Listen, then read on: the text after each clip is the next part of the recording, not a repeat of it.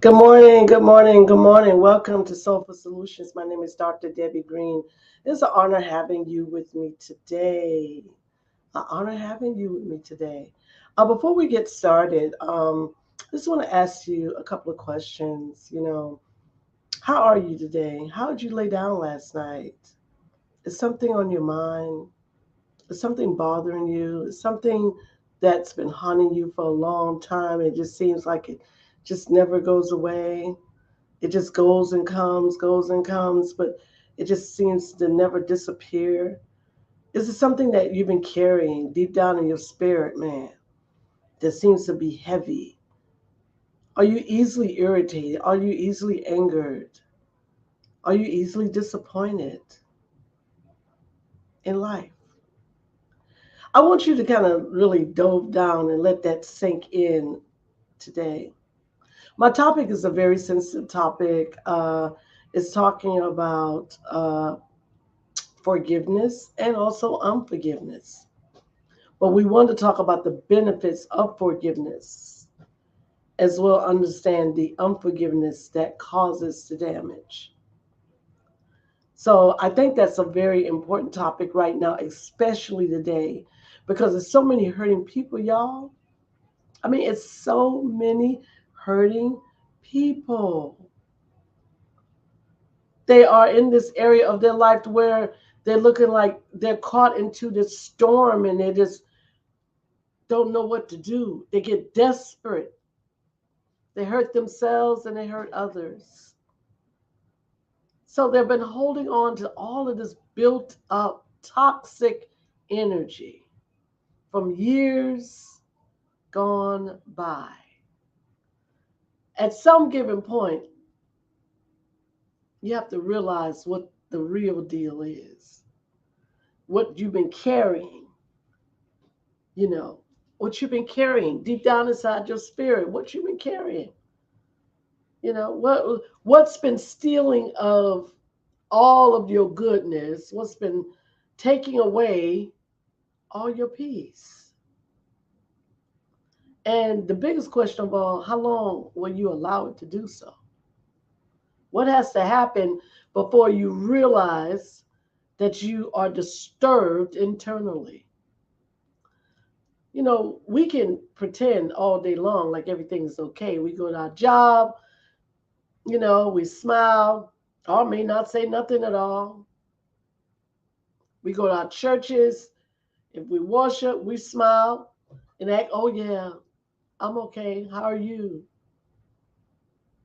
We get around our families and we're still holding on to toxic past issues. We may or may not say anything to them, but it's still there. It still lingers deep down inside your mind, deep down inside your being. Well, Dr. Deb says there's got to be some unforgiveness inside it all. It has to be.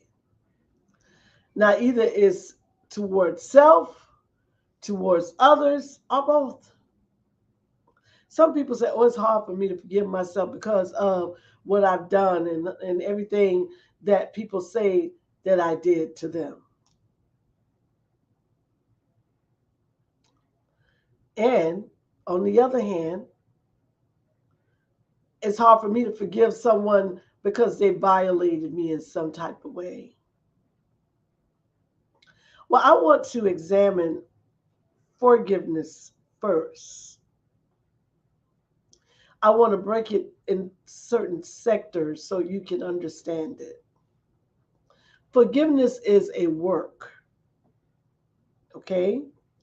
It is not just something you do quickly. It's time orientated and it's time sensitive. Time orientated and time sensitive. We are to put ourselves in a posture of forgiveness only because unforgiveness causes sickness over a period of time. So it's very important that we learn this process of forgiveness for ourselves as also for others. The Word of God says that's one of the most important things that man was given was forgiveness. And it is something that is a continuing thing. Hmm? Forgiveness is something like a balm to a cut. It is water to a dry land. The benefits of forgiveness is far greater than you could possibly imagine. It will improve your mental health. It will improve your physical health. It would even improve your immune system. It would improve your relationships.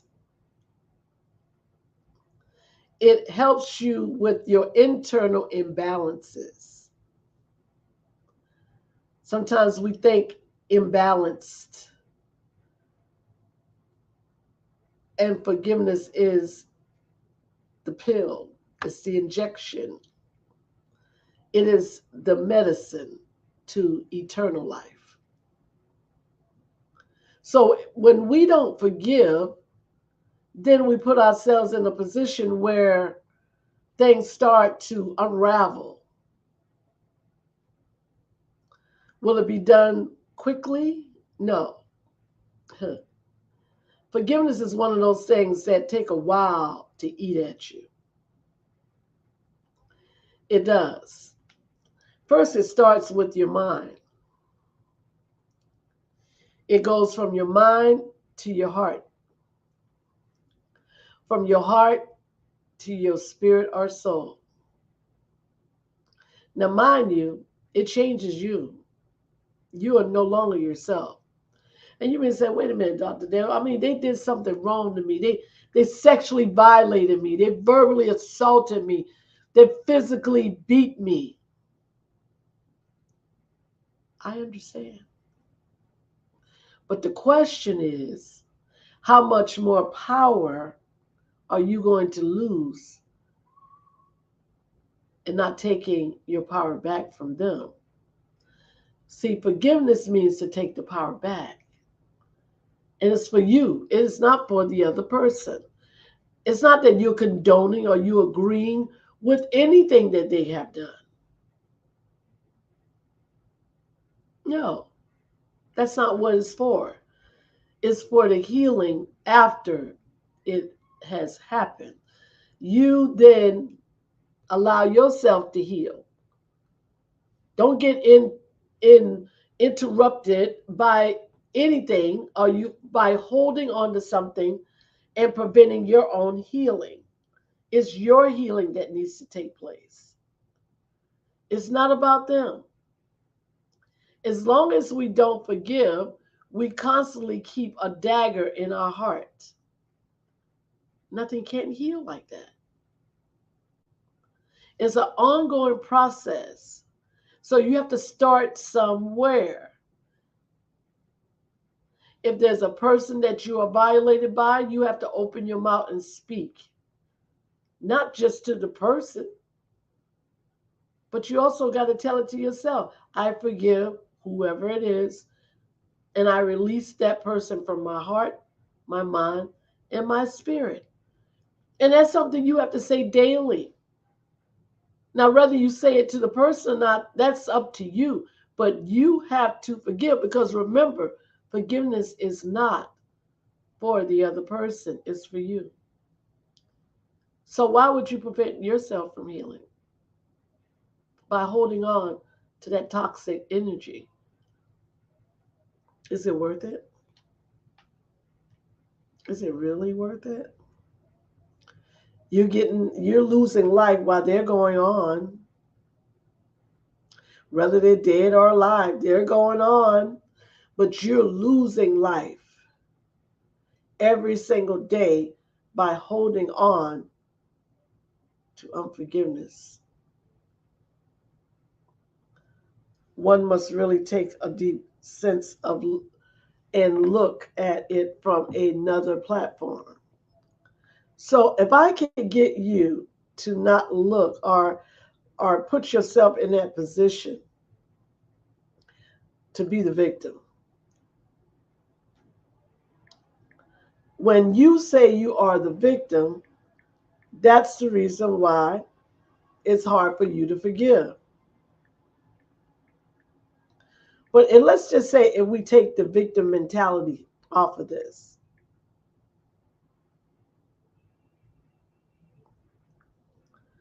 if we take the victim mentality off, which means I am no longer a victim of that crime, I am no longer a victim of that violation, I am no longer a victim of the broken relationship, I am no longer a victim. I am deciding to move on. What does that mean, to move on? It's a process of letting go, isn't it? That's the hardest thing for us to do, is to let go. And the only reason why it's difficult because we know that it requires change. And the only one that can let go is you. It doesn't matter what your family think about it or your friends. You are the only one that has to let go of it. You have to say, that's enough of me suffering. You got to say it. Open your mouth and speak life more abundantly. Why? Why would you not? You still living, aren't you? You still waking up in the morning. So why would you not allow yourself to be totally free? What is the purpose of life if we're not free? Okay. So I want to give you some benefits, okay? The benefits of forgiving someone and yourself. I gave you a few just now, so let's examine that. Healthier relationships. Because when people hold things inside against other people, they struggle with trusting people. They struggle with trusting people when they do this. So to get to a point where it's an overbearing situation, overbearing. And so now the relationship is put in a whole lot of stress, trauma, because you're still hurting from the last relationship. I know y'all see my kitty cat. See it right there? No, it's not something that you thought you'd see. That's Charlie in the back, by the way. Charlie, you want to say good morning? But forgiveness is actually it's such a, oh my goodness, it's such a beautiful thing when you just allow yourself just to be present and do it. Again, it improves your mental health, the way you look at life, the way you examine life, how you respond to people, the things that you hold in your mind. It improves that area. You have less anxiety, less stress, less hostility, fewer symptoms of depression. Look at that. So if you ever battling depression, if you got some unforgiveness inside your heart, it just makes it worse. Lower blood pressure. Oh, see, this is what I'm saying. It is going to improve your life. Lower blood pressure, stronger immune system, like I said, improve heart health, and improve self-esteem. Now, okay, if you have not done that and you've been holding on unforgiveness, if you look at your health, if you examine how you are carrying yourself, and if you find yourself feeling anxious and irritated easily, and you know, overly judgmental. I call it hypersensitive to everything. You examine your heart. Examine your heart and see if there's any unforgiveness that's inside of you that you've been carrying, that you've been holding on to. Trust me, I understand when you like, it's not that easy. No, it ain't never was. It wasn't easy for Jesus Christ. If you believe in Jesus, you believe in God, it wasn't easy for him either. Now, was it? But most people have to be forgiven because guess what? They really don't know the damages. They don't know the damages of what they did. If they did, they wouldn't do it. If they could feel the intensity of what they did to you before they did it, they wouldn't have done it. But they don't feel it. They don't know it. And most of them are walking around with unforgiveness in their heart as well because they've been violated. Violated people violate people. Y'all heard that, right? Hurt people hurt people. Oh, it's very true. You know why? Because they're not healed people. They are continually deep down inside toxic. Inflammation of the heart, inflammation of the spirit, inflammation of the mind because of them carrying this burden deep down inside themselves and not realizing if I don't let this go, if I don't choose to move on, this thing gonna kill me. When I go to the doctor, they tell me you got high blood pressure. I can't even control it. Don't even know how to even control it. So I try to take a pill and keep on moving. And then they tell me, I have a heart condition. Where did that come from? Take a pill and keep on moving. No, examine thyself. Examine yourself. Don't you know inflammation can be in the body from unforgiveness? Inflammation causes sickness. You can have inflammation in the brain, in the body, in the intestines, in your joints, in your muscles, everywhere. Because it produces stress hormones. Okay, let me give you the what they call the physiology of unforgiveness. When we walk around with unforgiveness inside of us, we are producing what they call an internal stressor. It's an automatic thing. Automatic, with or without your permission, it's there. Then what happens is as we walk around with this, we become more irritated, we become more stressed out, we become more pressured because of the unforgiveness is attracting the things outside of ourselves to keep it alive. Do you not know we're magnets in the universe? There's a certain magnetic field that you have that is attracting things each and every day. And you want to know, why does this keep happening to me? Why it seems like every time I turn around, say something is going wrong. Something is, check your being. What are you holding on to?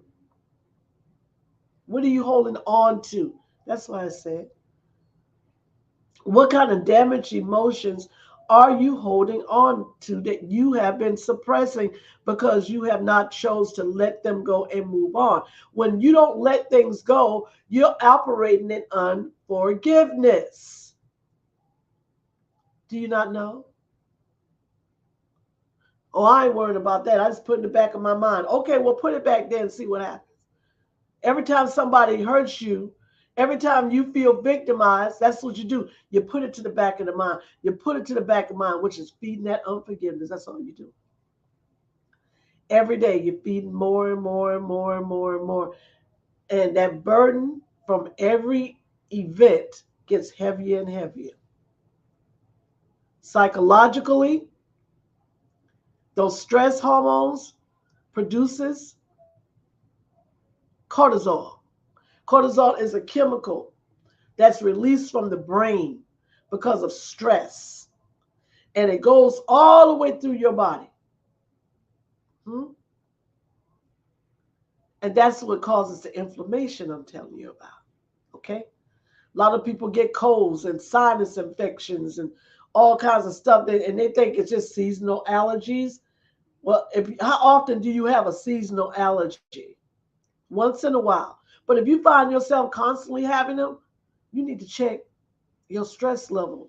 But most of all, you need to check your damaged emotions that you've been holding on to linked to this unforgiveness. Unforgiveness will even cause you what this thing called IBS. If you don't know what that is, it's called irritable bowel syndrome. Okay? Any doctor tell you it came from stress. I don't care if you go to an internalist, a GP, any doctor will tell you what causes that. Stress causes that. Okay, let's track it back. Let's track it back. Let's track it back.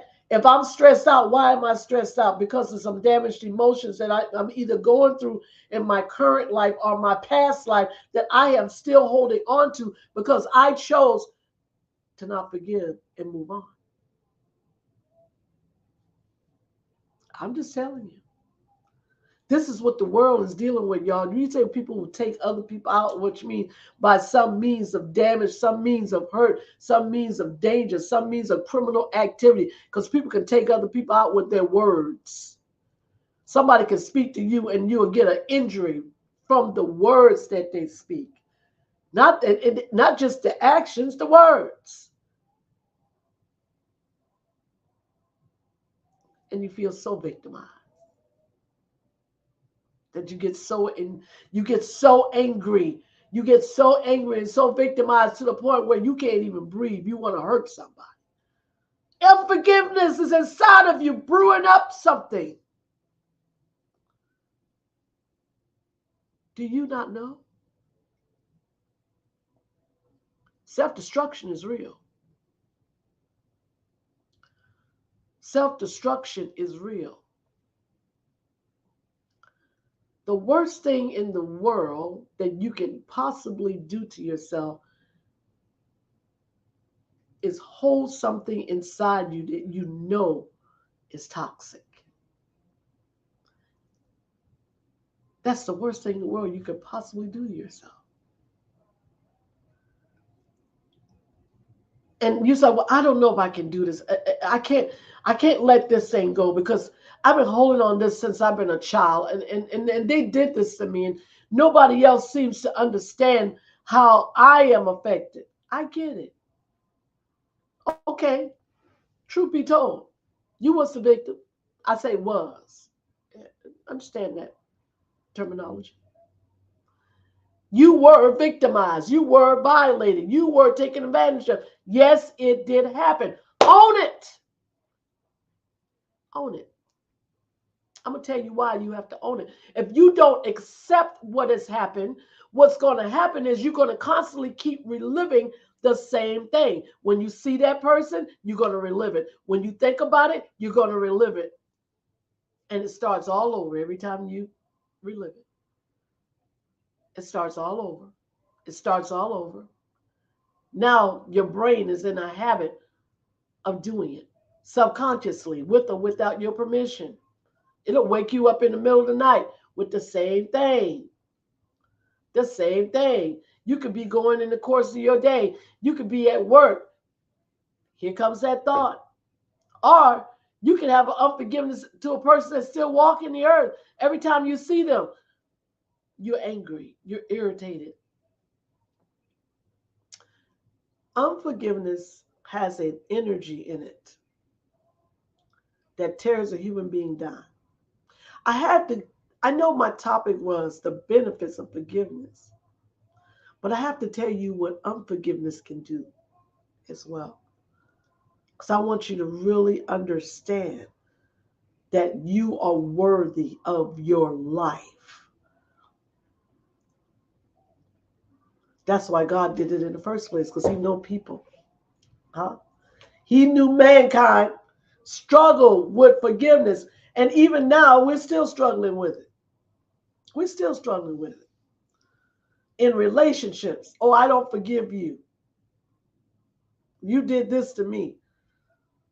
You took advantage of me. You cheated on me. You did this, you did that. And I'm so angry because of all my past unforgiveness I've been holding on to.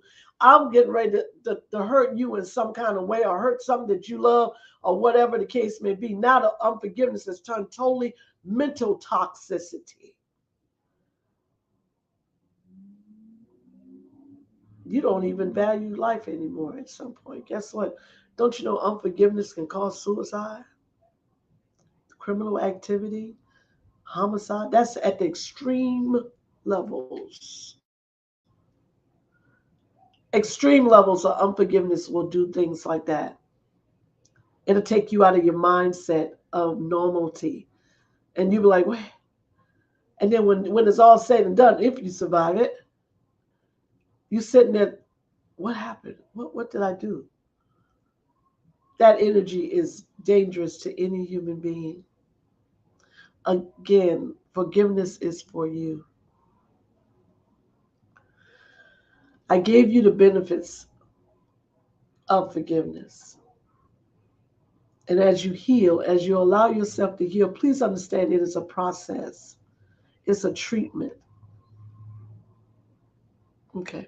I see my host on the back drop there. I'm just going to go ahead and tap her in here. Morning, Grand morning, Rising. rising. Yes. Yes, Well, I grand rising.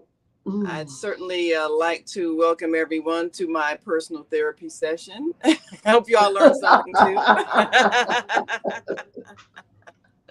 Yes, yes, ma'am. Yes, ma'am. I tell you, when I picked this topic, Naima, we were actually talking about this in group the other day, where of course, where I reside, and I had a group of people there, and unforgiveness was the topic that most people they struggle with that thing.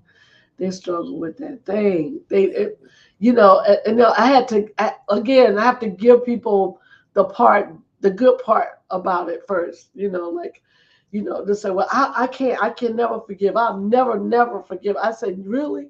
So you mean to tell me you're gonna always take life from yourself every day? That's what it is. That's what it is.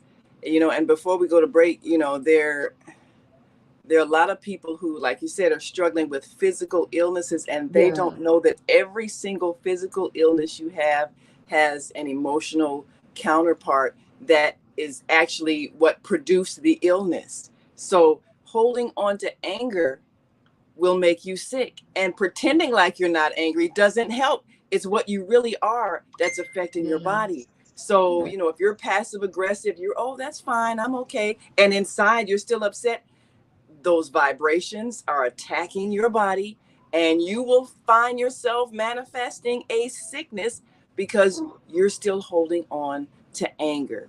And putting a smile on your face does not Mhm. change what's happening internally. So if you are ill, your body's trying to tell you something.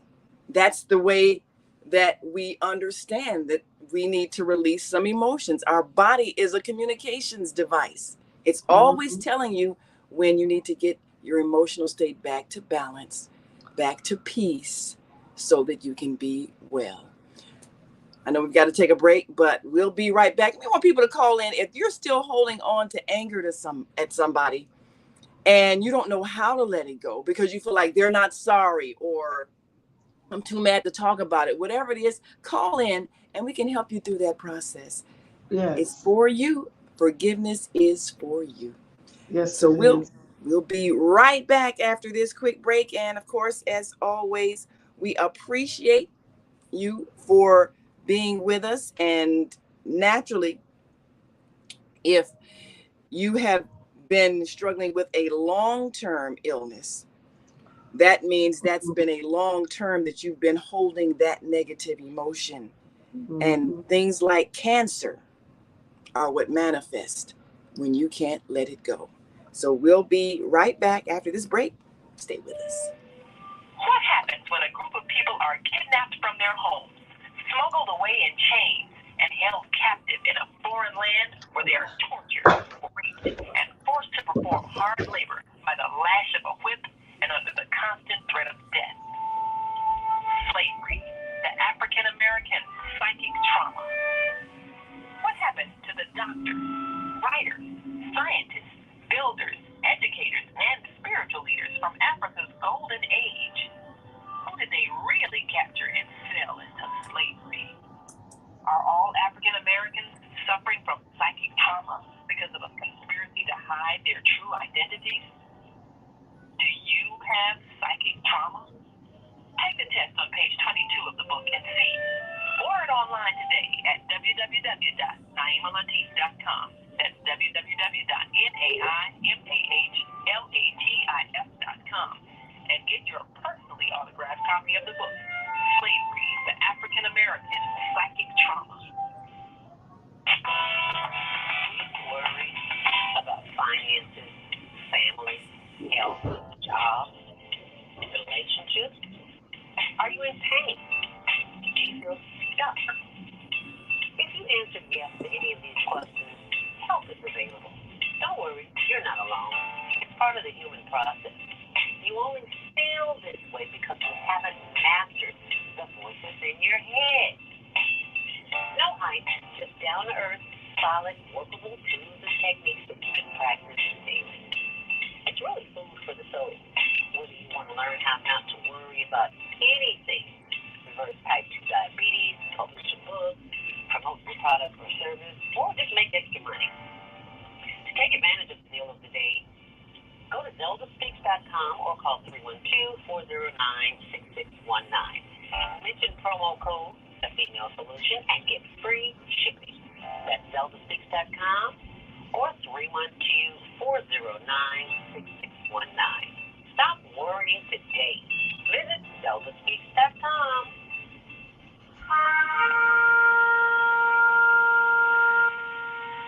I'm Beata, your holistic life coach.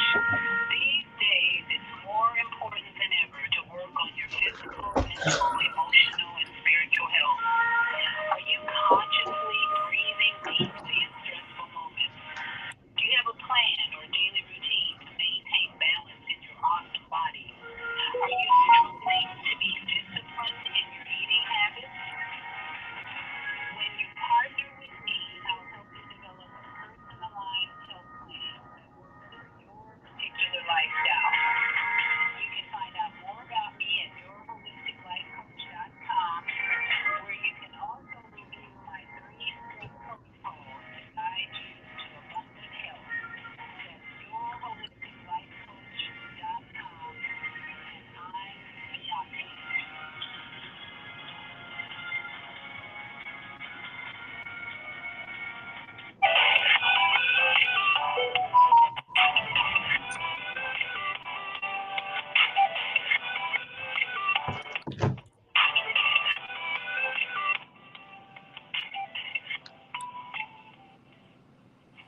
Okay, welcome back. Welcome back to Soulful Solutions. My name is Dr. Debbie Green with my wonderful co-host, our executive producer of the Female Solution, Naima Latif.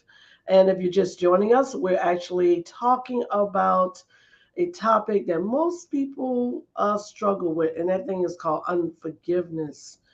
Right before we went to break, I was giving the benefits of forgiveness, but most of all, helping people to understand the differences. Again, forgiveness is not for the other person; it is for you. It is for you. That's who it's for, and you should have some sense of value within self, which means that your value, your worth should be like, oh, I am greater than this thing that I've been through. I am greater than this person that have violated me. I am greater than that. And the thing about it is when you put your mind in a position of looking at it from a different perspective, then you go back into this thing called empathy. Empathy is one of those things that most people say, oh, I'm gonna put the shoe on the other foot. So why would I put the shoe on the other foot if it's my, the perpetrator or the defender? Well, it's a reason why. The reason why you do that is because you want to look at it from different perspectives. Like a person that might have been sexually violated. If they've been sexually violated by another human being, of course, the first thing is anger. It is disgust. It is resentment, vengeance. I mean, we can go on and on with the descriptors of what a person will feel. But at some given point, they're going to have to cross over that threshold of fear, because fear is the one that keeps it alive. It's the one that keeps it to the point where we can't have any flexibility in it.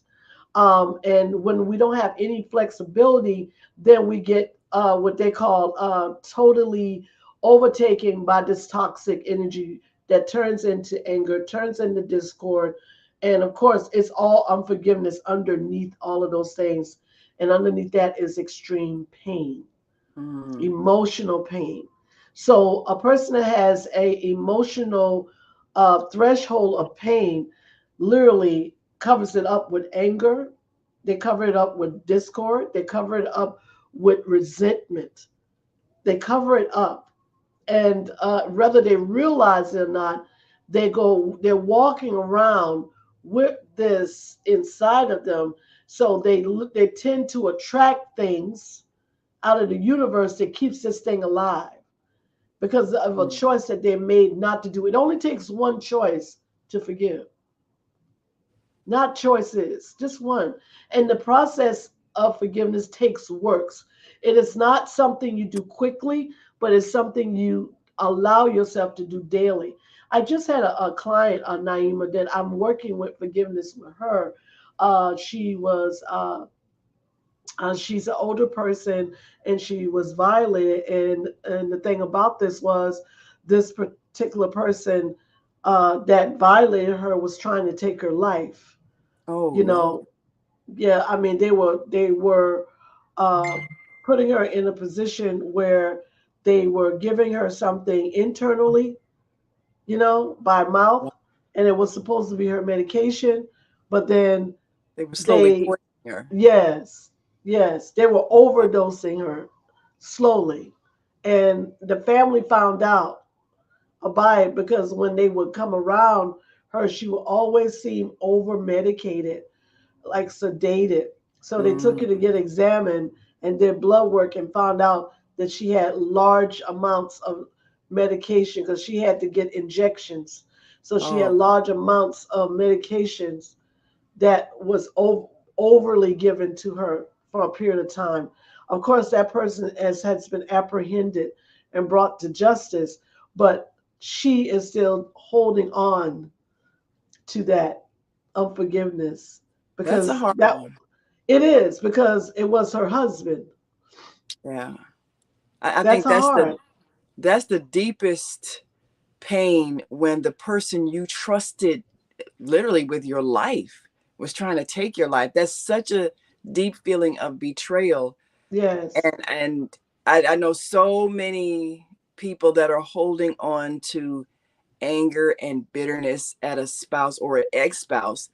I have a friend now that they're her and her husband are still married, but she is so angry because of a financial indiscretion.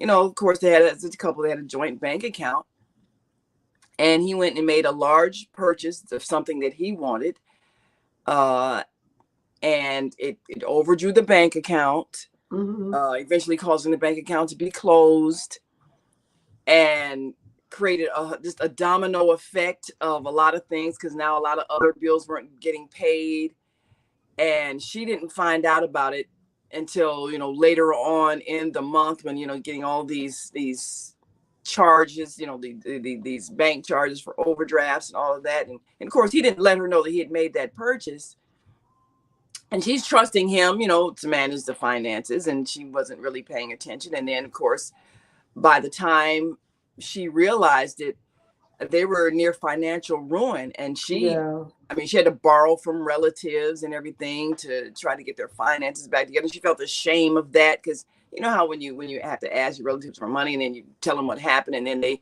don't make it any better.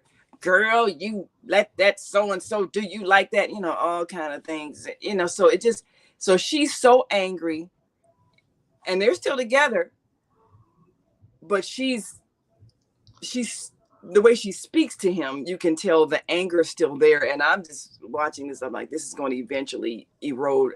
You know, if she still loves this person, she's got to decide to either forgive or decide this was something she can't forgive and end the marriage. But you can't continue speaking to someone in that hostile voice because you're still angry.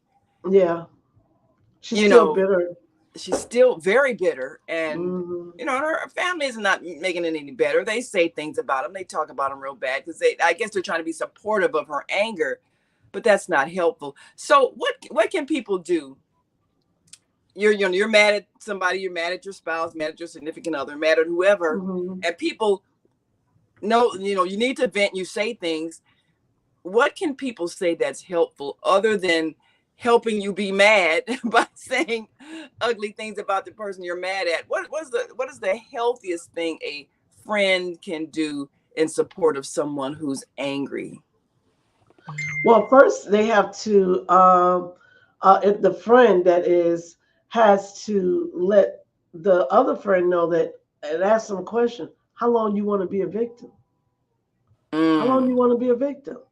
Because see, the thing about this is victim mentality only can actually build grudges when it comes mm, to unforgiveness.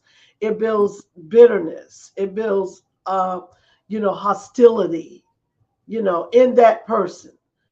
It's not, and then, to them, they're pushing all of that outwardly because it's coming out of their being. It's inside of them. So the person that they feel that violate them, okay, it's not, they're not really feeling that bitterness. They're not feeling any of that. It's inside the person that is still holding the victim mentality of it. So mm, what happens is a couple of things. So they need to explain to them, okay, if you're going to remain the victim, you're going to always be angry because you're going to always think this has happened to you, and you will mm, never cross over again the threshold of fear, because fear of false evidence appearing real is the one that holds them in that area. You see what I'm saying? And it's mm. distorted fear. It's not fear like, oh, something's going to happen to you. No, it's fear like, oh, if you are not understanding what you're going through, then they're gonna get over. They're gonna get over. They're getting Yeah, over on you. They yeah, they're have getting gotten over over on on you. you, right? And that's a trick of the enemy. No, that's not true. That's not true. You see what I'm saying? That's why it's false evidence. Because it's a lie. What is the truth is that when they decide, the person that they felt was violated, when they decide to no longer accept the violation as not truth. See, they're still operating in a mindset, oh, I don't believe you did this to me. Mm, So it's a mindset of denial. Okay. If you constantly keep denying it, then you can't face it. That's yes. just the reality of it. You can't face it because you're still denying it. And you like, or you can become vulnerable to it. Like, oh, I can't believe this did happen to me. Oh, poor me. I'm going through this. I'm going through that. Okay, you go right back into the victim stage. You see what I'm Yeah, saying? The victim stage is the thing that causes us to break down eternally, yeah, internally, inside. You see what I'm saying? And it causes so much hardship between people. And it's not. And the crazy part about this is the person that's violating you is not going to get it's not going to get your fury. No, right. no, not the person that violated you. They're not going to get your fury. You're going to give it to a person they had nothing to do with it. We That's call what that displaced anger, and people have that all day long, and that's right? why you know you say something to somebody and they snap at you and you realize it wasn't you, it's something they were holding, it's someone else. People do that All all the day long. time. We got Yes. a comment on Facebook from our Monday's host, Zelda Robinson. Grand Rising Queen, gorgeous Queen teacher. I learned to forgive a relative of mine who married my ex. It was a tough Ben and Jerry's experience, and I am still cleansing from that experience. Thanks, Dr. Debbie. Oh, yes. Oh, Mm. I get it. I Yeah. understand. You know, one thing about Oh, unforgiveness is that link to betrayal. That thing right there will eat at a person. I'm feelings telling of you. betrayal. Yeah, You know that it's an act. that's what's difficult also is when people are close to you, family members that you have to see at family events. Hmm. There's the person, and I'm sure you probably had a lot of clients like this. She had an uncle that violated her as a child, Yes. and the family didn't really deal with it because he was a teenager and she was a young child, and left, and he was left to babysit. First of all, do not have your teenage boys babysit your young Mm. daughter. Don't do that. And he was at that age. He's watching porn and all the other stuff. So stimulated young person. So he had her performing some acts, and uh, she she was well, as a child you don't really understand what's going on, but later on when she got to be a little older and she told her mother what happened, well, of course the mother was furious. uh, and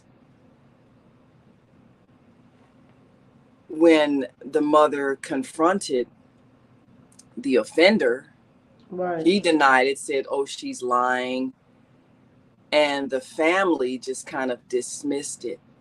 So now the the person who and now that she's an adult, and everybody involved are adults, and she's got to go to family gatherings, and she feels a betrayal of the whole family. Is like, this happened to me, and when I told, no one dealt with it. Of course the mother doesn't speak to the uncle who did the violation. She's angry, but she was kind of passive aggressive angry. So Hmm. she didn't pursue it. She just holds the anger. And of course, the daughter, the one who went through it, Yes. is furious that everybody was too willing to let her suffer in silence and not address this offense. And a lot of Mm. them like, oh well, whatever. Well, he was young or whatever. Doesn't matter. It doesn't matter if we were children. I was a child. He was a teenager.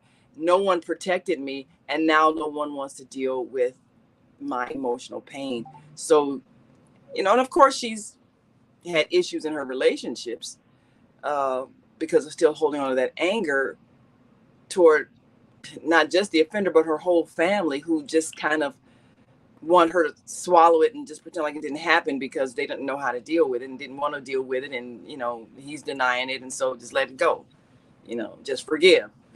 So, how do you forgive in that instance when you feel like the offense isn't being acknowledged, uh, and people are willing to just let you live with the pain of what happened? And how does someone get over that? Because everybody's saying, oh, just get over it. And she's feeling like forgiveness would be me saying it's okay that he did that. And so she's still holding that anger. Well, there's several things that has to be acknowledged again by the person that was violated. Now, of course, that happened as a child. There's nothing you can do about that. That is something that is etched in time, and to for her to free herself all of the persons around her, she probably felt that they're not just a person that violated her, but also the ones who did not support her Yeah. also violated her. So now Yeah. she's looking at violation from all different angles, Yeah. right? And so that bitterness that's from there, from the betrayal of that, kind of feeds the unforgiveness, Yeah. towards everyone else.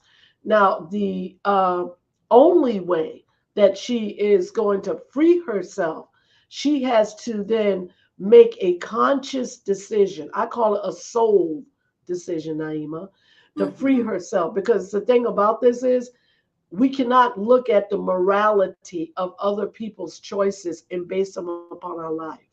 Whatever they did back then is what was done. There's nothing, no one can go back and rewrite any of those personal narratives. That history is already history. So the only way to free yourself is to put yourself at a pivotal area where, okay, again, I accept it. I am in process of releasing it. And it's like shaking the dust. If you ever heard that term, you have to Mm. shake the dust. Okay. You have to shake the dust of the residue of those things that have been haunting you from days on years. You understand? Because otherwise, it will constantly keep brewing deep down inside of you. And again, betrayal is real. It's one of those things. Anytime someone does anything against your will, it's betrayal. It's not just a violation, it's betrayal. Rather, if it comes even, especially if it's someone that you know. You're like, Yeah. well, how could you do this to me? We always ask the how, the why. Okay, good chances we may or may not get answers to those, you know? So we're Mm. still feeling that violation so surreal in the moment. I know people who feel that they're still holding on to the stuff like 10, 20 years. You're still there. You're still that little child that's being violated. You're Yeah. still there as that broken relationship or feeling cheated upon or whatever the situation. You're still there mentally. Time Mm. says, time says, I took that from you. So why are you still holding on to it? Mm. Why are you trying to play timekeeper with your own life? That's my job. That's my job. My job, let time do its perfect work. And that's what they need to say. Let time do its perfect work in your life. Because the more you hold on to it, the more you're pulling it from a past situation into your present. Because now you are not living in your present moment. You're still living in your past. Your Yes. body is in the present, your mind's in the past, and your heart is like, oh my God, I'm so tired of holding on to all these issues that you are gathering. Can you just let something go so I can get some relief? You Mm. know? And so So now, yeah, I'm gonna send up a tail. I call it. I'm gonna send up the well. Check this out. The mm, well is deep, okay, and that's what welding means. When you weld up in your heart, some people ah, hear that. I'm gonna send up the well, right? The well is deep. It's full of nothing but water, but it's mm, deep. And so when the heart sends the well to the mind, Naima, here comes the tears, because that's the yeah, water that was in the well. yeah, Hallelujah. And he said, okay, well, I don't want to cry. I'm angry. I'm like, but then no matter what they do, those those tears flowing because the yeah, heart got to get released some kind of way. yeah, yeah, yes. That's the So, reality of it. so now there was and my friend who dealing with the anger from this childhood violation. Someone in their family recently passed, and so there's going to be a funeral. And of course, at funerals, everybody shows up. So this person that died, she she wanted to go to her funeral, but she's still thinking she's got to face some of these people in the family that she's still angry at. And I made the suggestion, well, do you think if you see this uncle who's older now at the funeral, if you just confront him and just, say what you feel about what happened, whether he denies or not. Just let it go. Address him. Say, this happened. You know what happened. I'm angry. Whatever. Would that help? I mean, I'm not a professional therapist. I don't know, but that was a suggestion. What do you think about that? Does it help to confront the person that you're holding this anger at, or should she, avoid going to the family funeral because she doesn't want to, like you said, relive the past, or because every time she's around the family, all those things come up. Those certain family members that knew about it and didn't do anything. All of that anger is replayed, and so she's thinking of just avoiding the funeral. But it seems to me that if you avoid things, the pain of it isn't going to go away. And if Right. you're going to see that person and you're going to feel those feelings, you can't pretend like they're not there. And she knows she can't just smile like it didn't happen. So what is the best way for her to address that situation? Well, I just want to, before I answer that question, I just want to let you know triggers can happen anytime. It doesn't Mm, have to, it could be anywhere at any position, any person, through any sound, because we experience triggers through our sensors, like through our eyes, our ears, you know, through our senses, our spirit man, we experience it like that. So whether she go to the funeral or not, you know what I'm saying? That doesn't mean that she will not experience a trigger. Let's get that out the way. mm, Secondly, is that she has to, again, why, you ask them, why are you hiding behind the wall? You know, again, you hiding by the wall of unforgiveness. And what's the purpose of that? You can't even go and pay tribute to your family because you're still caught up in a past issue in a person. You still caught up with a person. You still victimized by a person. And this person's old and gray, but you still victimized by a person. You can walk in a grocery store and somebody could be that looks similar to that person. You're gonna trigger even you're gonna mm. get triggered. Wow. So you can't, again, why you hiding behind the wall? Ain't no use to hide behind the wall. You might as well face the fear of doing it and look at it from this perspective. I'm not going to look at anyone else or experience it. I'm just going to pay my respects. If anyone, because in your mind, before you even go there, you're going to have this prejudgmental, pre-assumed thought. Oh, they're going to say something. They're going to do this. They're going to do that. I'm going to do this, and that's not even happening. Again, false evidence appearing real. Hmm. Fear will think for you if you allow it to. Hmm. That's what fear-based mentality comes from. People assume the worst when the worst has not even happened, right? So that keeps her in. I'm so sorry, a holding space. She's still in prison. You're still Ooh. in bondage. If you can't have freedom of movement, think about that. If I can't have freedom of movement to go wherever I want to go, and I'm afraid if I see this person or if I see this person, I mean, why would you do that to yourself? Nothing is that greater outside of yourself to cause that internal conflict. It's not worth it. It's not Mm. worth it. Greater Wow. is he that's in the world, right? Greater is he is in the Hmm. world. That's how you gonna live. Greater is he that's in the world. You're not gonna say greater that's in me that's in the world. Do you see the difference? Now Yes. you Yeah. out of sorts. You out of sorts. No, your internal mechanism of dealing with any conflict is always an option to you. You just have to allow yourself to stop focusing on what they think is a violator. See, and that's one thing I want to really say very quickly. People produce threat systems. Mm. You producing a threat system because you're still operating under unforgiveness. So what happens when you produce a threat system? Your automatic sensors, which is called your adrenal glands, your pituitary gland is going to start producing adrenaline immediately as soon as you think about it. Mm. And I mean, especially when you see that person. When you see that person, you go into threat mode with or without your permission. Wow. That's why Mm-mm. it's so important to move on, move on, move on. It ain't worth it. It's not worth it. Why would you do that to yourself? You're doing it to yourself after a period of time. When that thing happened at that particular time, okay, it was valid. It was valid. 4 or 5 years later, no, it's not valid anymore. Now you're doing it to you. You can't blame the violator. You're doing it to yourself. I have some comments.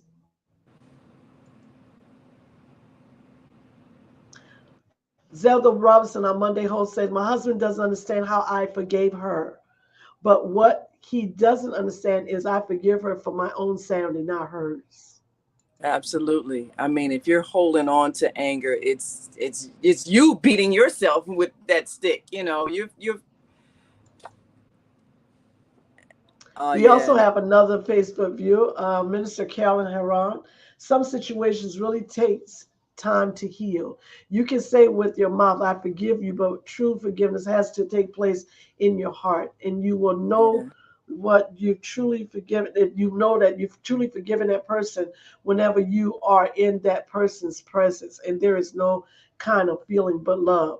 yeah. Exactly. You know, and that takes a lot of spiritual work to get to that point. You can't Yes. fake it because you're going to feel the real feelings that you have, Yeah. and getting to that point where you can let go of anger because you realize that that person was, whatever they did to you, that was the state of their consciousness at that time, Right. and that may not even be who they are today.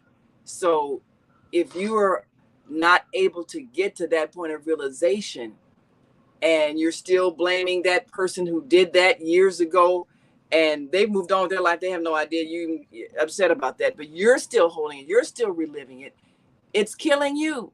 And this is Right. where these illnesses manifest, holding on to old things that happened in the past. Forgiveness doesn't mean, well, it's okay, it happened. Forgiveness means that you're able to let it go because it was in the past. That's not who you are anymore. That's not who they are anymore. You can't make them undo it. Right. So why relive it? That's a hard thing for people to get to that point of spiritual awareness where, like Zelda said, you do it for your own sanity. You do it because if you keep reliving that pain, then you're hurting yourself. They did that to you once and you're reliving it forever. Why would you do that to yourself? Exactly. Exactly. You know, we Well, got to take again, a take a quick break. break. Yeah, go ahead. But of course, if you're on our, oh, we got some calls on the switchboard. Okay. So we will be right back to take your calls. 773-977, you're next, and then 312-882, you're after that. And anybody else on the switchboard, press 1. We'll open your mic and get your questions for Dr. Debbie Green. And we'll be right back after this quick break. So stay with us.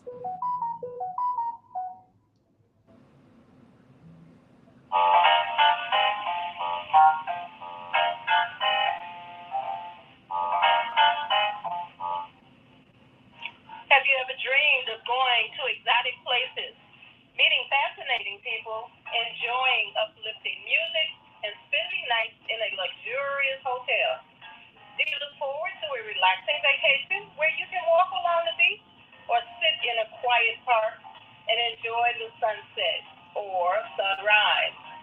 Whether you're flying around the world or driving across the country, we will share travel tips that will help you stay safe while you enjoy the journey. Join me every third Saturday of the month, 12 noon to 2 p.m. Central Standard Time, and move around with Deborah here on the Female Solutions Show. Call in and comment 515-605-9325 and press 1 to speak.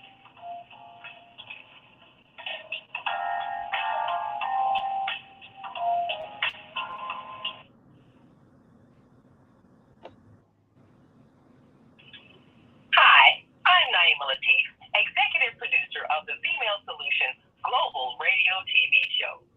We are a part of the online network of Associated Internet Radio hosts, On Air.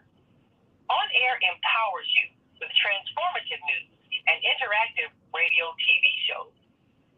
This is such a wonderful time to be alive and to see our human family coming together as one community as a result of that powerful tool, the internet. We can now talk directly to each other all over the world. There's no need for conflict or misunderstanding. There's no need for violence to solve our differences. We can talk to each other face to face until we reach an agreement. On Air offers a fantastic global guide to communicators from all over the world who are using their internet platforms to inspire us to strive to be our best selves in order to become the kind, compassionate, loving people we were all born to be. Once we do that, we'll see planet Earth transformed into a place of peace. Subscribe to the recommended YouTube channels, Facebook pages, and podcasts created by these Voices of Enlightenment. On Air provides daily news briefs and a weekly magazine to keep you abreast of events and opportunities. On Air news affiliates in television, radio, and print share information, insight, and interviews with notable personalities.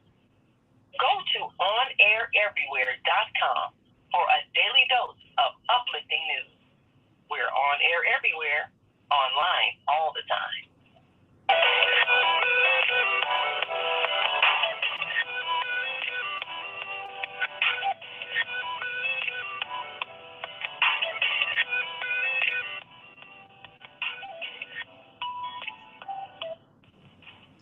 All right, welcome back to Soulful Solution. My name is Dr. Debbie Green with my wonderful co-host, our executive producer of the Female Solution, Naima Latif. And go ahead and take that caller for me, please. All right, area code 773-977. Your mic is open. Introduce yourself to our listening and viewing audience and give us your question for Dr. Debbie Green. Well, thank you, and thank God for everyone. Glory be to God. This is Lois in Chicago, Amen. Illinois. And, God has just blessed us all this morning with brand new grace and brand new mercy. And we're talking so much about the past, we're not even thinking about the future. We're reminiscing on the past. But it's over with. This is a new day, and we're all blessed. And I'm really blessed and privileged to be on the Female Solution show today. The breath that God has given me, I'm sharing with everyone. My question today is, a dear friend was in the Vietnam War, and he was injured with the Agent Orange or what have you. And he has gone through so many different, let's say, medical advice, opinions, whatever, since for 30 years now. And as we speak, he's alive and he's constantly in pain. Nobody has been able to help him. It's not something that you have to forgive or what have you, but this is something that happened to him. What do you think, Dr. Debbie, is going on with his horrible situation? He's been at Mayo Clinic, Northwestern, Loyola. They've been really guinea pigging on him, and he's suffering as we speak every moment of his life for 30 years.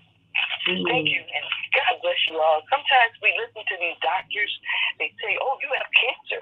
Well, if you don't have cancer, and you let them program your mind, condition you to say you have cancer, then you have it.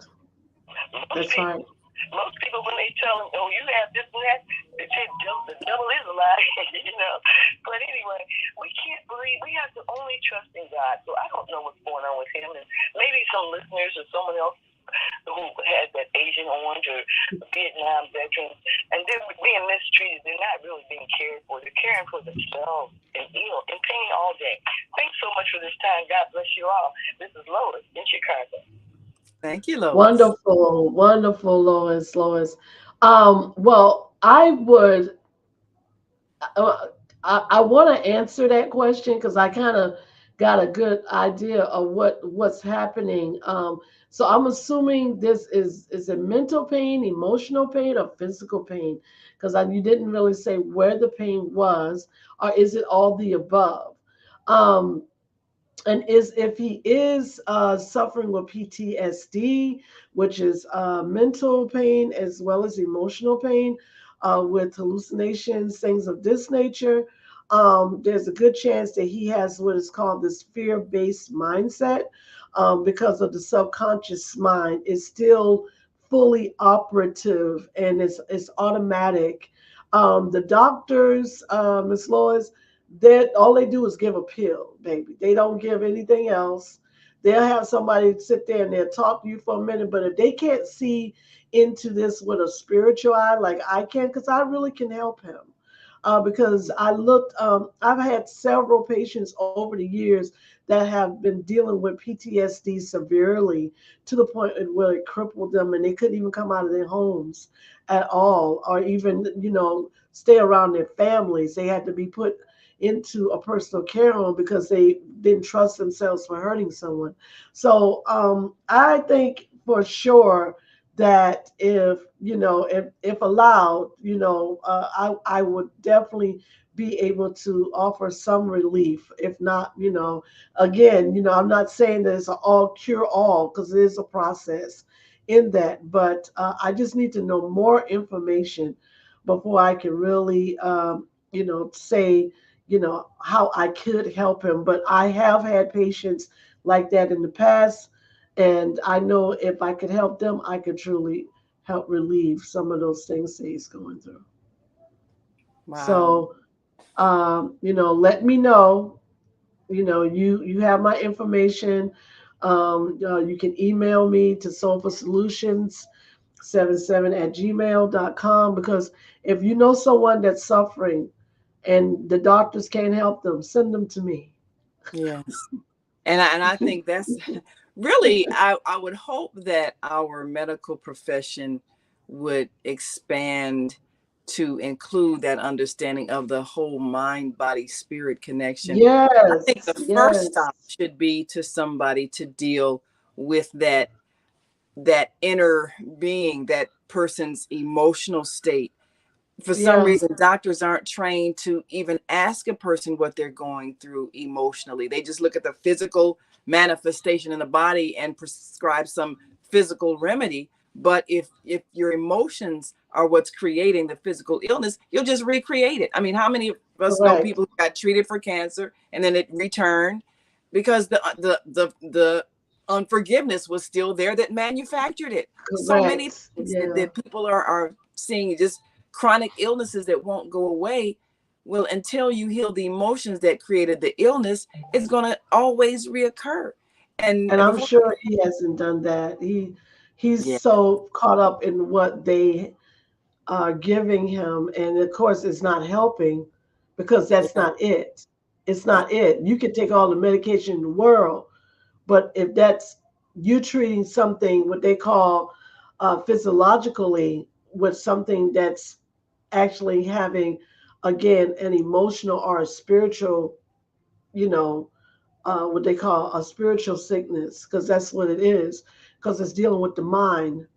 There is not a let any psychiatrist will tell you this. They feel there's no cure for PTSD. but there There's no is. cure for that. I don't believe that, Naima. Of I course, that. guess because I have seen it for myself. I have seen it for myself. That, and where, and they'll say the same things. I went through this doctor. I went to this psychiatrist. I've been suffering with this for 25 years. I said, let's look at the roots. Let's go back and examine the roots and find out what you're still holding on to. So what has been a true factor is that most veterans, if they have ever been into any or experienced any trauma prior to going into the military, and if they experience trauma while in the military, trauma is, Mm, going on the fields of self-destruction. That's what yeah, I call it. yeah, Because, fields of they're because, that in their mind, this is what they're supposed to do because they're trained to do it. You see what I'm yeah, saying? Those yes, special ops, those people who okay, and it's nothing that they blame themselves, but they do. They still see these people in their minds. They still experience those line minds where they saw their counterparts or their their the soldiers, or the people that they were out there experience. They relive all of the same things because of the mind. The second mind has a video recorder. There you go. All Yes. right. And we call that memory, right? Yes. Okay. Automatic memory, Yeah. automatic memory, with or without your permission, can operate at any time. You That's can be right. blinded. I call it, seriously, you can be blinded by a past event, and your eyes could be wide open, but that's all you see is that past event. Right. Because, Right. your mind has a spiritual eye. Yes. It's called the third eye. The third eye is right there between the hemispheres. And the thing about this is, and not just it's not just operable on a biological thing, okay, or a chemical thing. It's also a spiritual connotation behind it that people don't know anything about.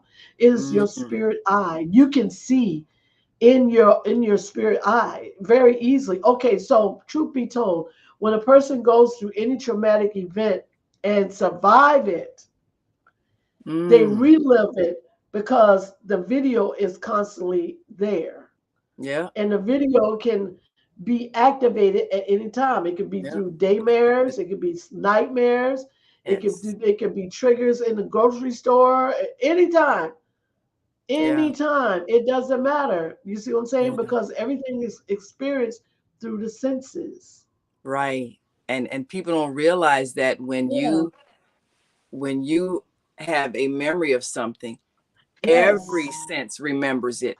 Your eyes remember it. Your ears remember it. Your nose remembers it. Your skin Everything. remembers it. Smell, Everything everything. remembers And it. we So any one of those senses can relive a moment of that trauma. A sound, maybe music that was playing during the time, or a certain sound in the air that was happening, or a certain smell that was happening, somebody's perfume, or some uh, odor, or something that your nose remembers, a certain feeling on your skin that you remember. I mean, in all of your senses remember that event that was exactly. imprinted in your memory. So any one of those senses could suddenly recall that moment, and then there you have you have a memory and a trigger of the trauma. So you never know when it's happening, because you didn't subconsciously, you weren't thinking, oh, but that song was playing when I was being beaten, or Right. I mean, Right. you didn't consciously remember that, but your subconscious mind recorded all of it. And so you never know when something may trigger you, because you don't even know what's there. And Correct. this is why it's difficult for people, if they have not, if they have not addressed a traumatic event and healed from it. It's difficult for them to manage when something may erupt. There's so many things in the subconscious mind, and you can't just pretend it's not there. It's not going to go away until you take the steps to remove it and heal from it. And like you're saying, people say there's no cure. There's a cure for every single illness. Everything. That's right. Everything. Now Yes, you it have is. physicians that don't know the cure. That means they don't know. But there is Correct. a cure for every single thing on the planet. You're not meant to live in sickness. You're not meant to live in emotional sickness. There's a cure for all of that. That's right. And It's so true. And yeah, underneath all of, I truly believe, this is just my opinion, I truly believe under PTSD is unforgiveness. Now, yes, and I'm going to prove my factor. Okay, veterans that actually are experiencing, or anyone that is experiencing PTSD, if they, because it's a violation. Okay, it's a violation of some sort. So, which means that. For example, if they have, the soldier would not forgive himself for killing whoever. You see what I'm saying? So yeah, they struggle with that unforgiveness. You see what I'm yeah, saying? So then keeps the PTSD alive. The person that has been violated by another human being, whatever it is, who has been betrayed or violated, they don't forgive. Okay, we're still dealing with unforgiveness. yes, Now, when again, unforgiveness keeps a person in a rigidity state, a yeah, rigidity state, so they're not moving. Then their emotions are not fluid, their mind is stagnant with this particular issue. Now, when other things start to happen, because other things will happen. It's just normal. It's called Mm-hmm. life. It's called life. So there will be something is that's going to add to that thing. I always tell people, I said, why are you hoarding emotions? You're hoarding emotions instead Hoarding. of you go, yeah, hoarding, just like you're hoarding, people hoard things in their Yeah. homes. People Yeah. hoard emotions in their heart. You see what I'm saying? Because the heart Mm-hmm. is the one that holds the issues. And they hoard things. And before they realize it, they ain't got no more room at the end. So they're still trying to hoard things. They're still trying to hold on to things. I'm holding on when somebody said something that I didn't like. I'm holding on to a driver that got in front of me and he's making me angry. I'm holding on to the cashier that looked like she didn't like me because she moved my my groceries too fast throughout the center. You start hoarding on to things Yes. automatically and not even realize that you're doing it. You not Yes. even realize that you're doing that. You're building up all of this stuff that's damaged emotions, leading and giving that unforgiveness all the power over you. And so now, when Yes. you're trying to figure out, why am I, feeling this kind of way? Why it seem like, that things just don't go as planned, or why I feel tense all the time, or why I keep having headaches, and why? Like you said earlier, every emotion is attached to our physical being. Yeah. Every emotion, Every emotion. every emotion is attached there, right? So that being said, you know what I'm saying? Most people are operating out of the emotional mindset anyway. You know what I'm saying? They're Mm. not thinking logically, rational, reasonably. You'll say, okay, let me analyze this. Why am I doing this to myself? Why am I allowing this to happen? Mm. No, because you and your emotional mind. Emotional mind does not have logic. It does not have reason. It doesn't have rationale. It just has reactions. That's all you're going to do. Yeah. You are impulsive and you are reacting to everything around you the same way. Here comes something. You react to it that way. You know what I'm saying? Before you realize, oh, I'm going to put hands on you. I'm going to Mm. hit you. I'm going to do this because all of that energy that's inside of you got to come out of you some kind of way. You see what I'm saying? And you're sitting on it like a mountain on a molehill. You just hoping that the volcano does not erupt. But let me tell you something, people. If you think your emotions are weak, oh, I beg to differ. Okay, Mm. your emotions are extremely powerful, and when Ooh. they're ready to explode, they're going to explode, and it's going to be in a Ooh. way you can't stop it. So you might Yes. as well stop hoarding and go ahead and go in that back room back there in your mind and your heart and start, ciphering. Okay, what did I hold on to? What I've been holding on to since I've been a little girl, a little boy? What have I been holding on to? Yes. Because I'm telling you, if you don't do it now, It's going to well, manifest into an illness and you will and see it later. yes, before you Yes. leave this earth. Before you leave this earth. And that's why a lot of people leave this earth. That's why people leave here sick. You don't have to get sick and die. You can just Yes, peacefully transition with no illness. But none. all the hoarded emotions, that's what makes you sick. Yeah, well, it's about time to take a break. Oh, we can squeeze in one more caller before we take a break. Area code 312-882, Grand Rising. Give us your name, where you're from, and your question for Dr. Debbie Green. Have you had emotions that you had difficulty letting go? Go right ahead. Well, yes, long, assalamu alaikum, and grand rising to you, Sister Naima. Is it Grand possible, Rising. this Minister Plump from Chicago, I can do my little, you know, Well, we just wanted to ask a question. As a matter of fact, I know you're a veteran. Have you dealt with emotions from the war, or have you been able to let it go? Yes, yes. I have experience of PTSD, Wow. and I've learned to let go and let God. The real solution to it all is God is the answer to Mm. all of our problems. And healing is the best and the greatest thing that you can learn about the most important person. It is living. And that is you. See, Mayor Washington said it like this: if you got it, you You're right. You're absolutely right. Yeah. Well, thanks so much, Minister Plum. We got to take a break, but we'll be right back at on the other side of the break and take more of you all's calls. And if you're listening online and want to join this conversation, give us a call, 515-605-9325, and press 1. So we know you've got something to say. If you're on our switchboard now, press 1. Don't wait till the last minute, please. We want to give you time to say what you got to say. So press 1 and we'll open your mic and get your thoughts. You're listening to and watching the Female Solution Global Radio TV show. You are here with Soulful Solutions with Dr. Debbie Green. And we'll be right back after this quick break. So stick and stay. Don't stray away. We'll be right back. So stay with us. Do you or your organization need space for an event? Call the Quarry Event Center at 2423 East 75th Street in Chicago for your parties, banquets, award ceremonies, repasses, concerts, and business seminars. Available 7 days a week. Now under new management.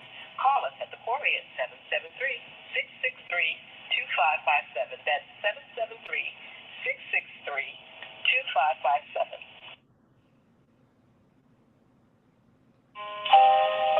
We have an opportunity to transform the whole global society in the next 50 years. 50 years from now, the earth will be populated by a new generation of adults, many of whom are yet unborn. Our mission is to nurture them in childhood with love, guidance, and protection, and to raise them in healthy, happy families.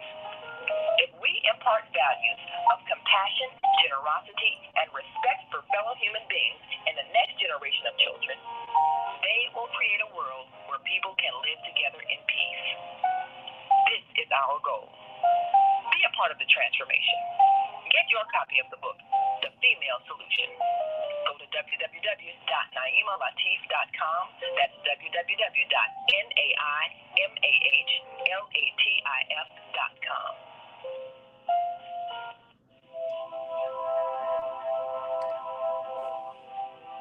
Do you want to live in a world without war? Join our global peace movement. Heavenly Culture World Peace Restoration of Light transcends culture, religion, ideology, and other boundaries to achieve peaceful harmony in the global society. HWPL is committed to bringing world peace and cessation of war through peaceful dialogue between religious groups. I am Director Shin-Suk Kim of the HWPL Chicago branch of North America. Join us for our next gathering. Call 773-580-1501 and be a part of the movement for world peace. Email us at chicagohwpl@gmail.com.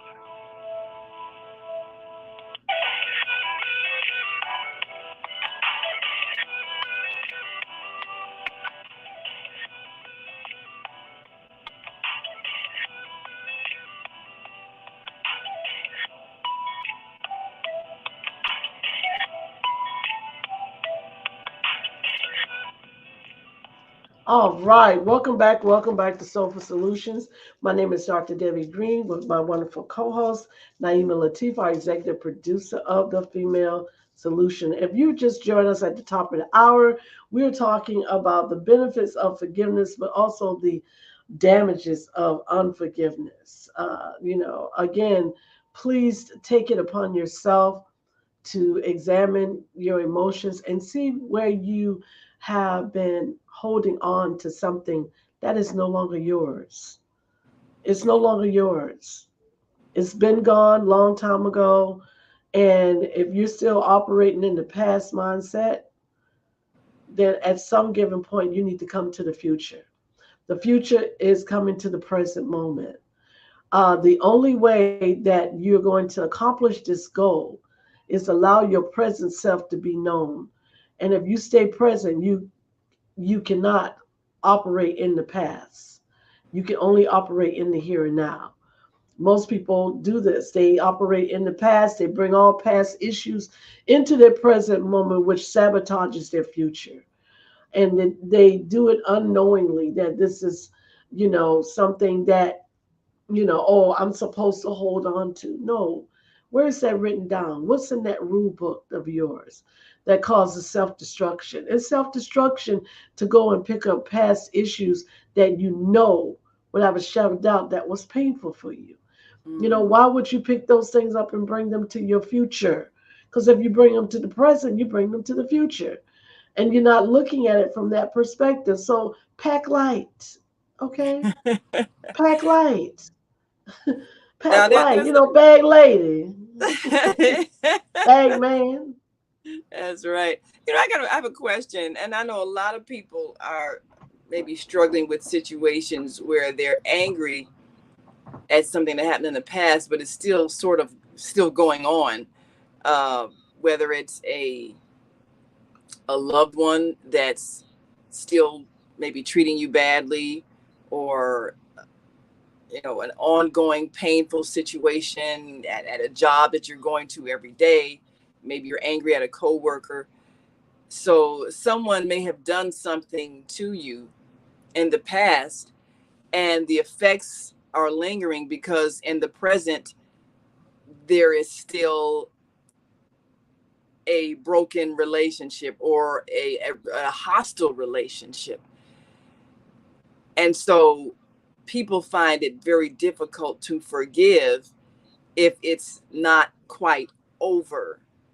So how does a person handle forgiveness? And there was a friend of mine that I was talking to her about her current situation at the job with someone who lied on her, uh, and it caused some conflict.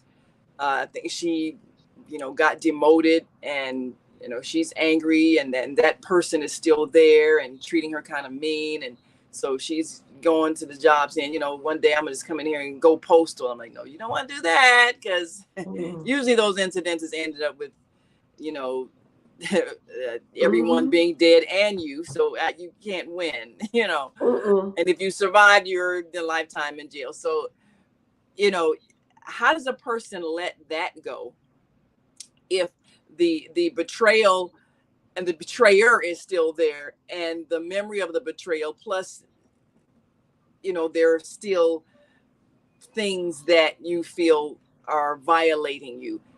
Do you do you remove yourself from the situation? Do you confront the situation? Because she's going to work every day angry and angry and angrier, and then talking about going postal. And I'm like, you really, I mean, even though she's just, I guess she's saying it to relieve the anger, but it really isn't going away. So how do you address an ongoing sore spot? And I don't want to just say something that sounds like, oh, we'll give it to God. Because, people always feel like that's like, dismissing their anger. Even though, and, Minister Plum said, God is the answer. But a lot of time people don't know how to access I the get it. spirit that could cleanse them. And so it just Mm-hmm. sounds like a dismissal, like I'm supposed to just let it go and keep hurting. And that's not Right. what's being said. So how do you get to that point where you can handle something that really isn't gone? Right. Well, first thing you have to do is accept that it's happening. Okay. Acceptance is the biggest thing, because when you accept it, then you put yourself in a place where you're like, okay, now what do I do? You know what I'm saying? And you're looking for a solution once you accept it.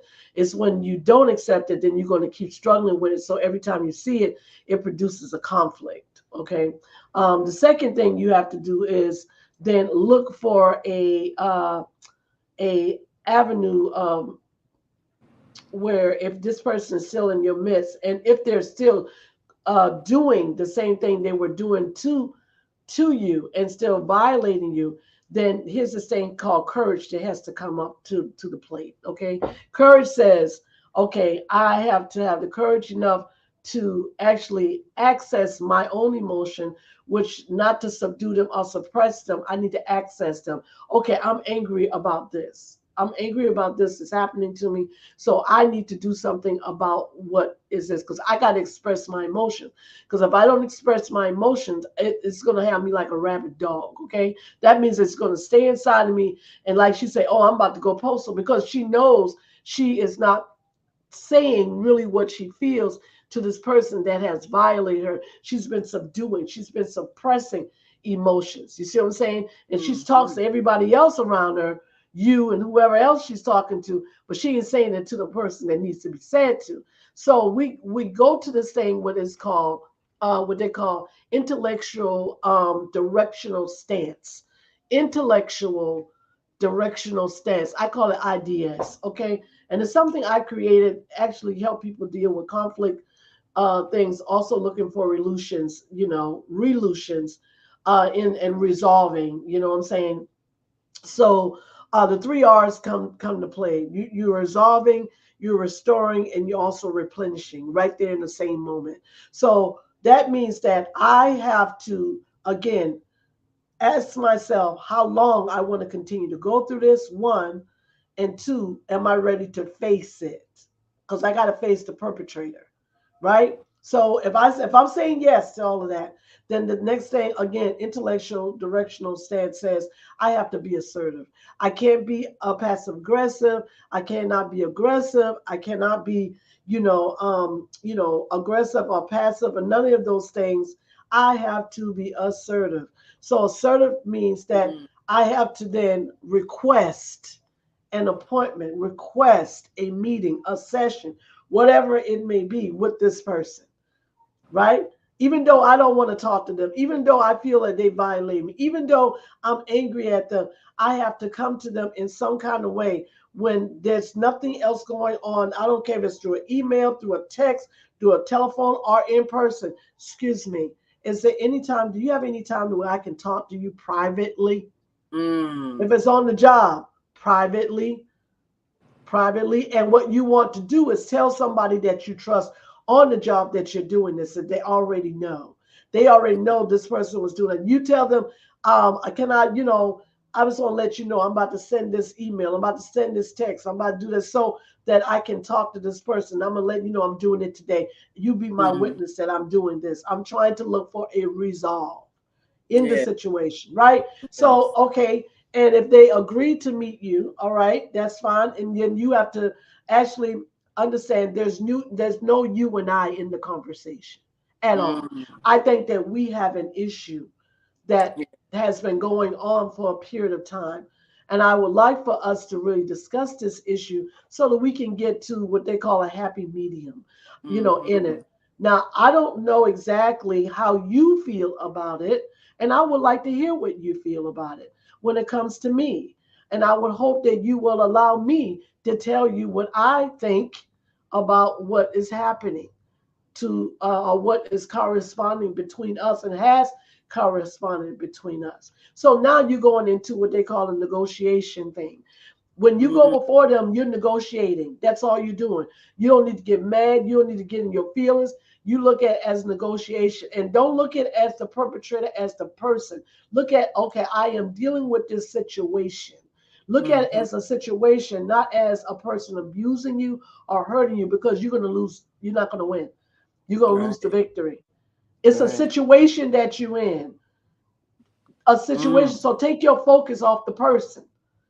Take your focus completely off the person. Put it in a situation. I am in this situation, and I know that I don't want to be in this situation that involves this other person that I want to talk to about the situation coming to a end.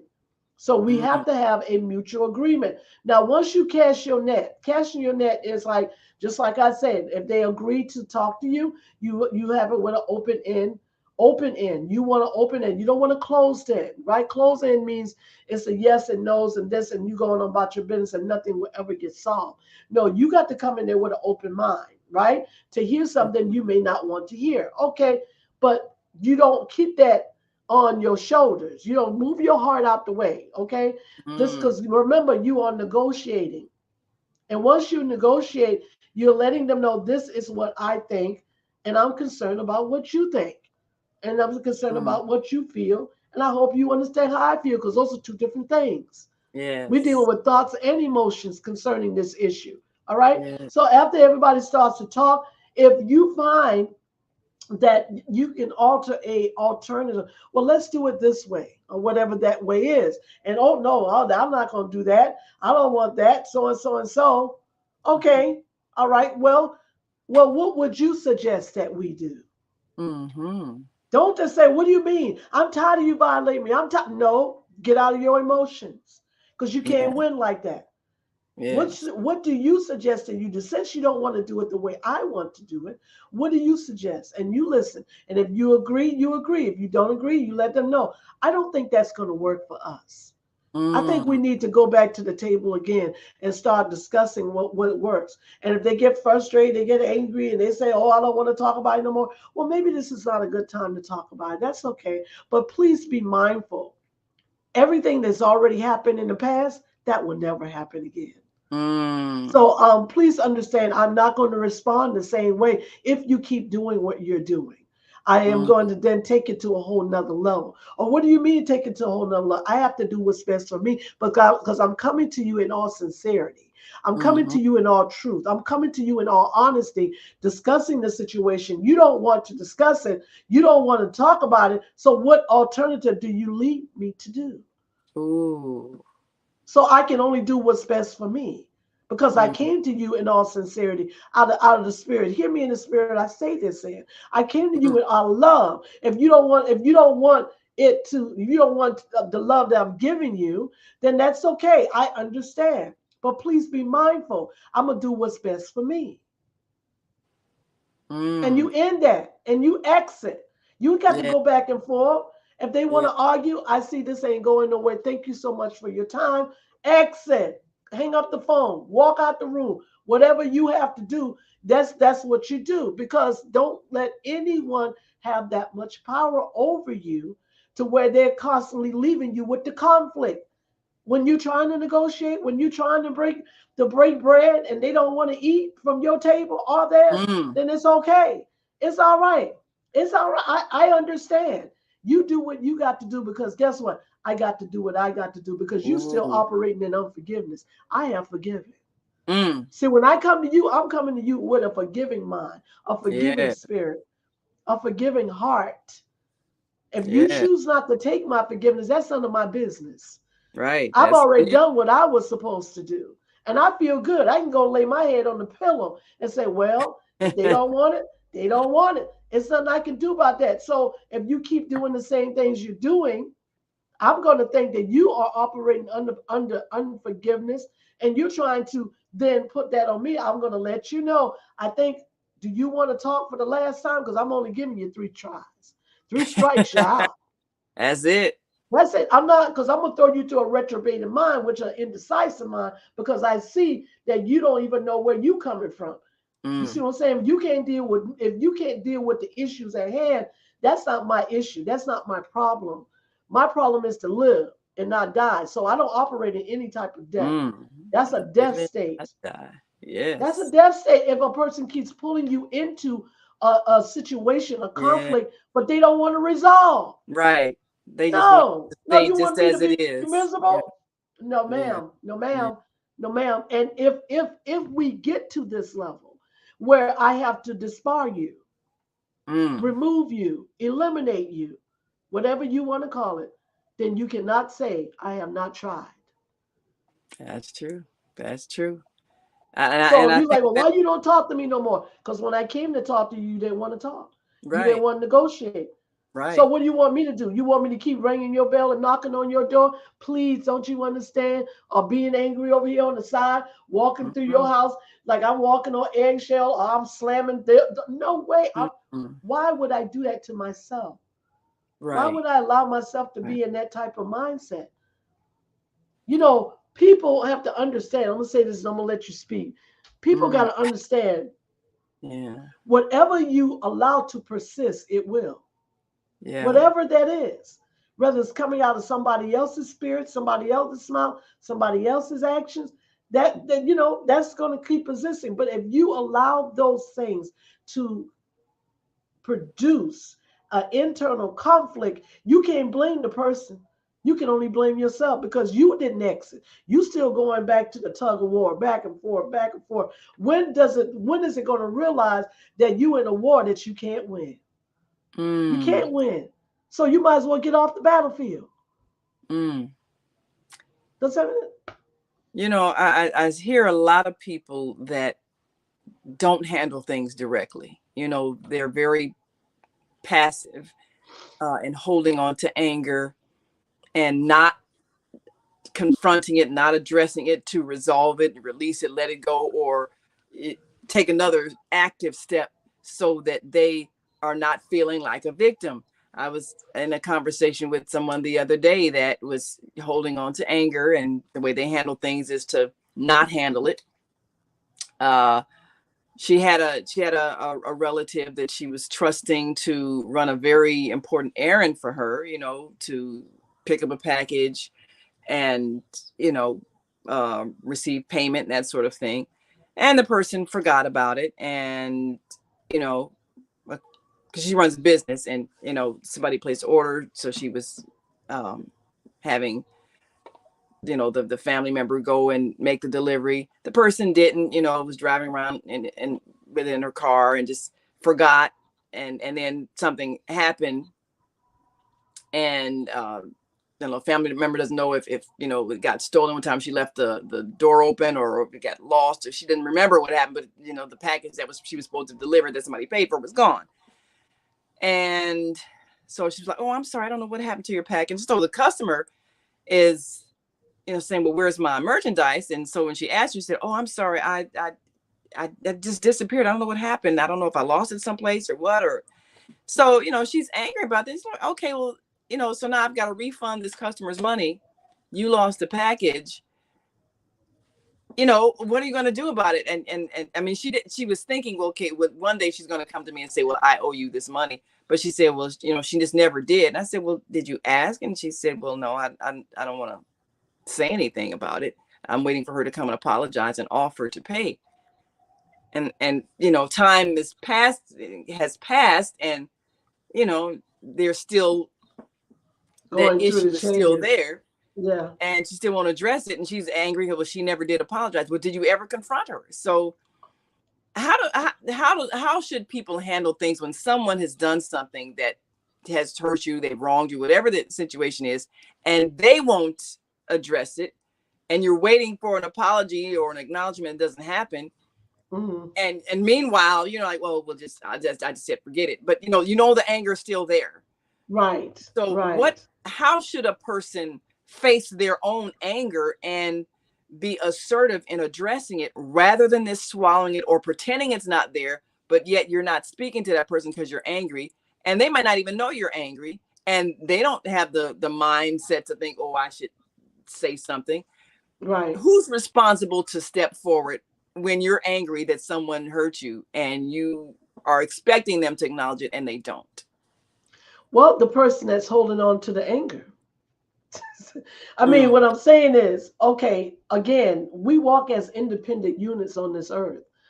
You see what I'm saying? We all have our own life journeys, you mm-hmm, know? So, at some given point, whether that person that, again, we go back to the word called violation and betrayal, because that's what it was. You see what I'm saying? They felt violated by the act that was already done.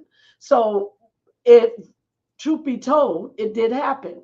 So every time they see this person, they only go back into that same mindset. So at some given point, they're going to have to free themselves. It's not the person that's violated, it's the person that still feels violated that has mm-hmm, to issue. Remember, it's a past thing. Time has already took it. But they still, that person that feels violated is looking at it in a what they call a first person sense, but a present sense. Oh, this is still mm-hmm. happening to me because they're Right. still holding on to the unforgiveness. Mm-hmm, So again, we have to go back to negotiation, which is, that person has to have the courage enough to say, excuse me, I'm saying, can I talk to you? Can I talk to you regarding something that I've been holding in my heart that I really think you need to know about? And, hear me in the spirit, I say this, and I always tell people, if we come out of love, right? Even if we feel somebody's hurt us in some way. If you're coming out of love and you said, hear me in the spirit, I said, I just come out of love to you because I know your friendship to me is important, or whatever, your relationship to me is important. But I saw that there was something that was done that I really felt that shouldn't have been done. And I think we need to discuss that. You see what I'm saying? Mm-hmm. And so when you come to them in that fashion, they're going to say something to you. They're going to come and say, well, what happened? Because deep down inside, they kind of know. They're going to know what it is.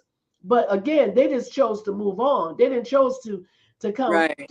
to give you an ending, a finality in it all. So it's up to you to bring it up, and you don't bring it up in the hostile. You don't bring it up angry because you're not going to win. You know what I'm saying? Right. Your goal Because is then to they get get the defensive. victory. Yeah. Right. Remember, you go back into the victim mentality state. Mm. I'm a victim of this thing, and it's hurting me, and and I'm angry. It's never going to get solved like that. How it's going to get solved if you then again come out of love and humility and said, okay, I think this has to stop because I know I'm still feeling this inside regarding this act, regarding this situation. And you don't look at it as them say, oh, you did this to me. No, don't come out of that mindset. Mm. Don't come out those words. No, The this was a victim. situation that happened. Because remember, most people do things unawares that they're causing major damages to other people. Right. They're really You see what I'm unaware. saying? Yeah. They're doing it out of impulse. They're doing it out of reaction. You see what I'm saying? They're not. Then if they knew prior that they would cause all of this hurt and pain or whatever discomfort, they would never do it. That's why Right. you have to come out of love with them. Now again, if they acting like they don't know what you're talking about, they're dismissing you with their Mm. actions and their words, then you then leave no other alternative to say, well, since you violated me, and you have to use big words for them, since you violated me, no, not you hurt my feelings, because that's Y- overrated. That don't even work yeah. no more.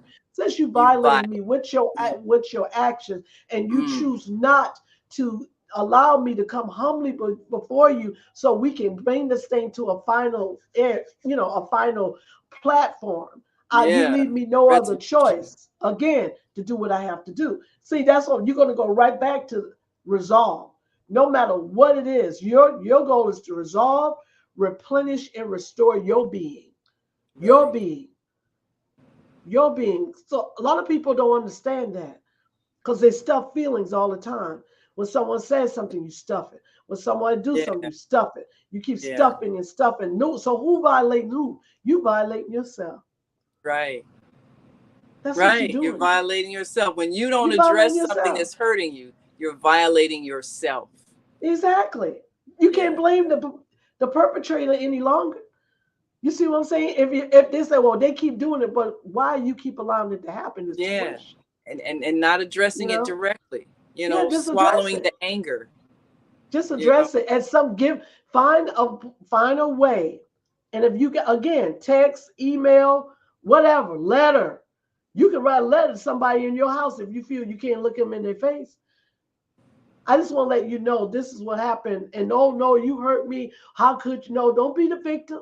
Look at it Mm. as a situation. Because when you throw that net as a situation, then all of that hurt and pain that you was feeling, you then stop and start using this. 90 seconds. Yes. Absolutely. Okay, so Yeah. we're gonna end it. All right, stay in touch for next Thursday, part 2 to forgiveness, because this is a Mm. deep topic. Don't miss it.